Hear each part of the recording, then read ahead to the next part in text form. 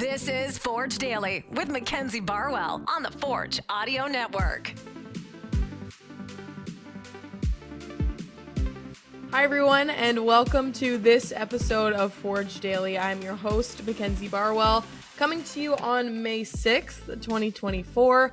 Tomorrow, Forge FC matchup against CF Montreal for the quarterfinal of the Canadian Championship round.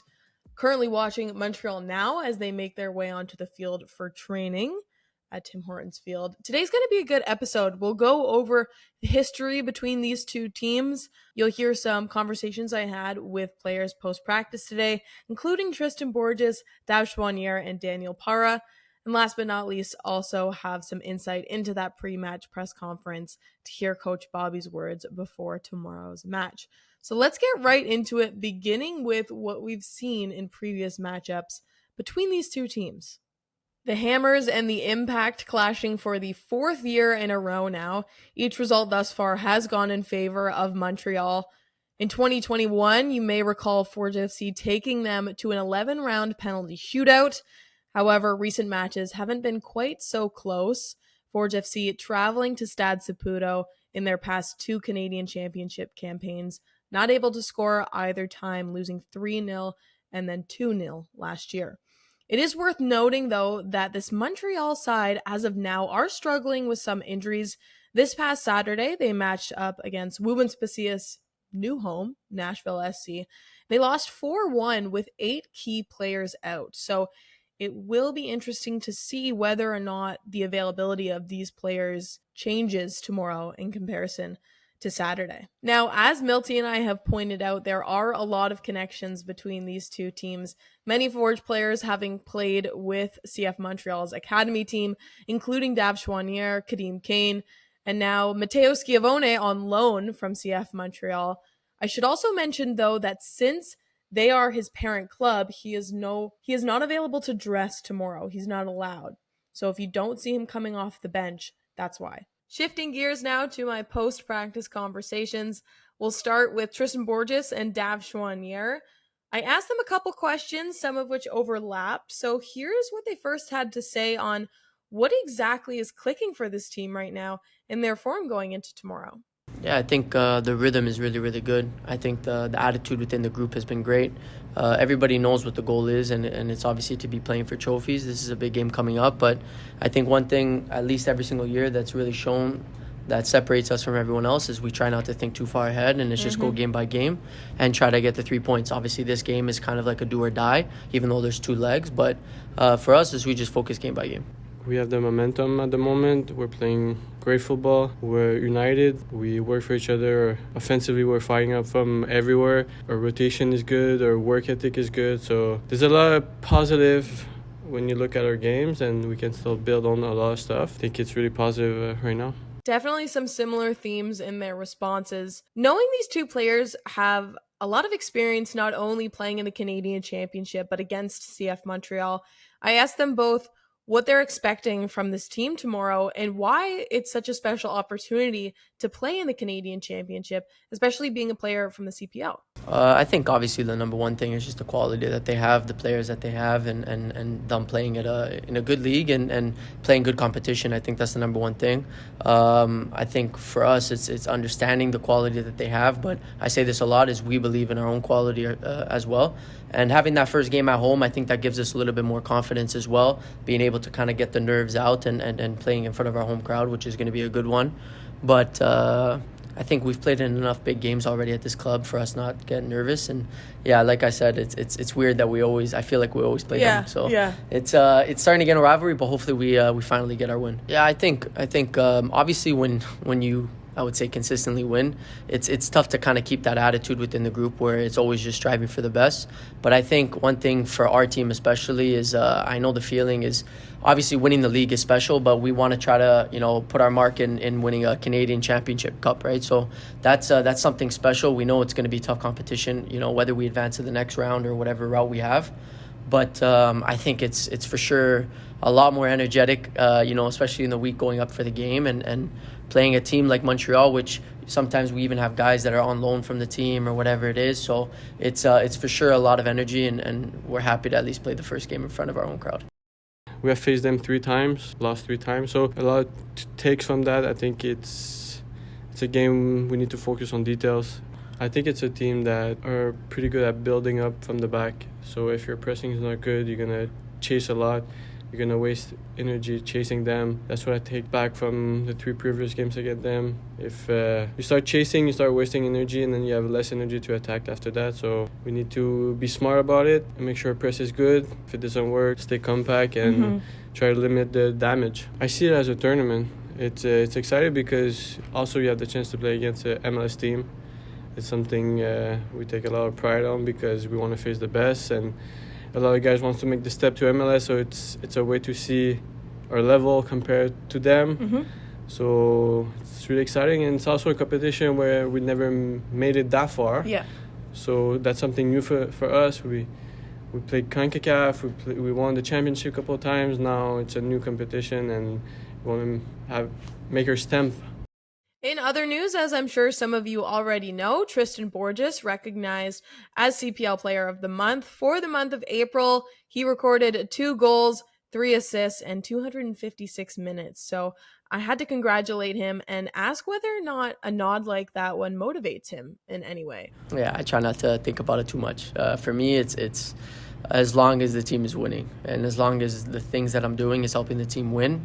For me, that's the most important thing. And obviously, we've been off to a great start. But even though there's been some, we'll say, good stats that I've been putting up, I think a lot of the credit also goes to the team. The gel that we've been having so far, it's been great. Obviously, it's the best one we've had, in the club's history.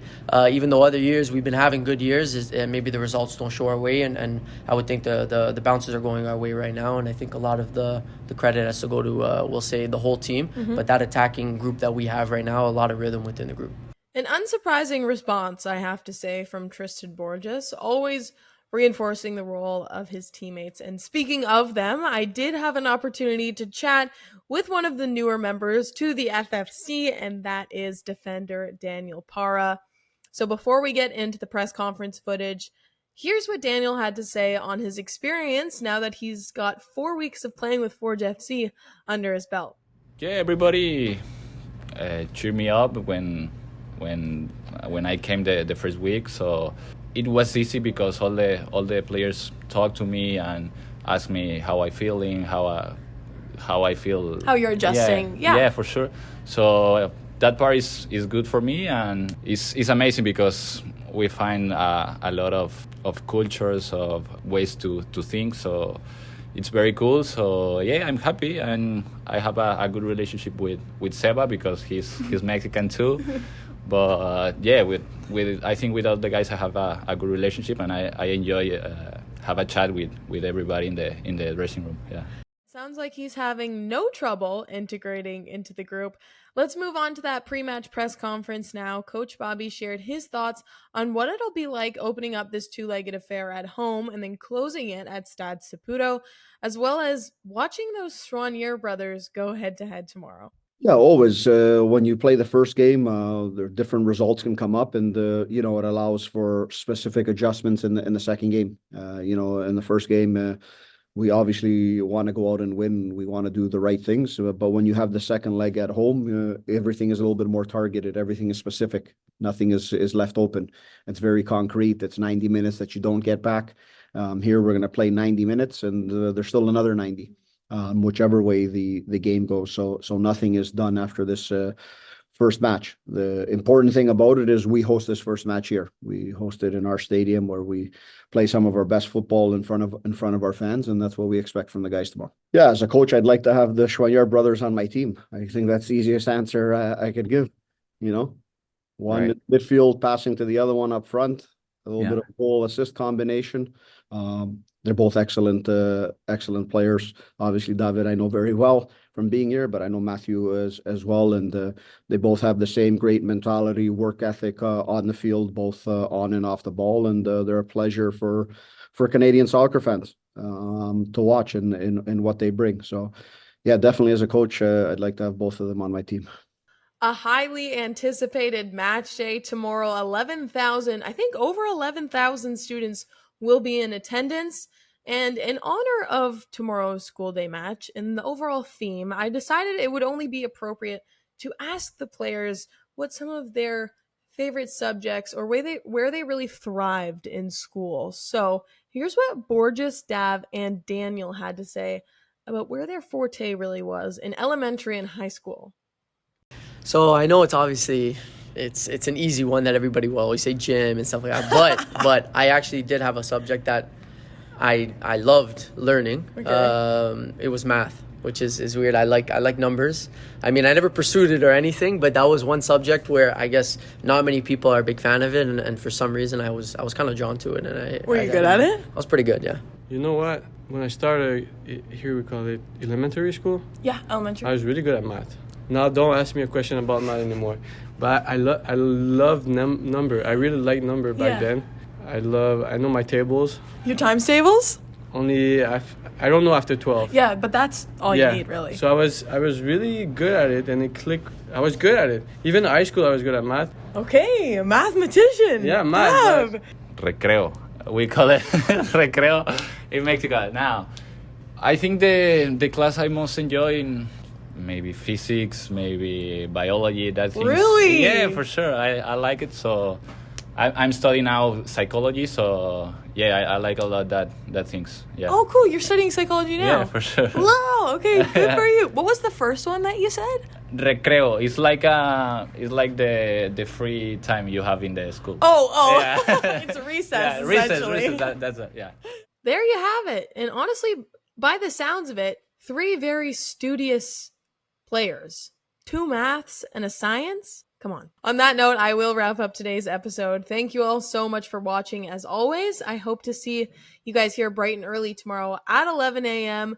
And I will be back to check in on the audio network very soon, next time with Milty, to review tomorrow's matchup against CF Montreal. This has been Forge Daily with Mackenzie Barwell. If you like what you heard, please like, follow, subscribe, comment, and share.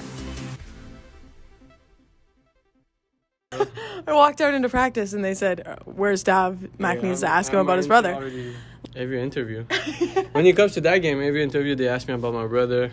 It's special. It's special because we've been doing that our whole life. Now we're facing each other in a professional level. It's a proud moment for the family. Do you guys ever talk on the field? Like, No. No. I'm not a talker when I play. Okay. And I can't talk. I've been losing 3 times. Right. So Okay. when I go back at home, Christmas time, I have nothing to say.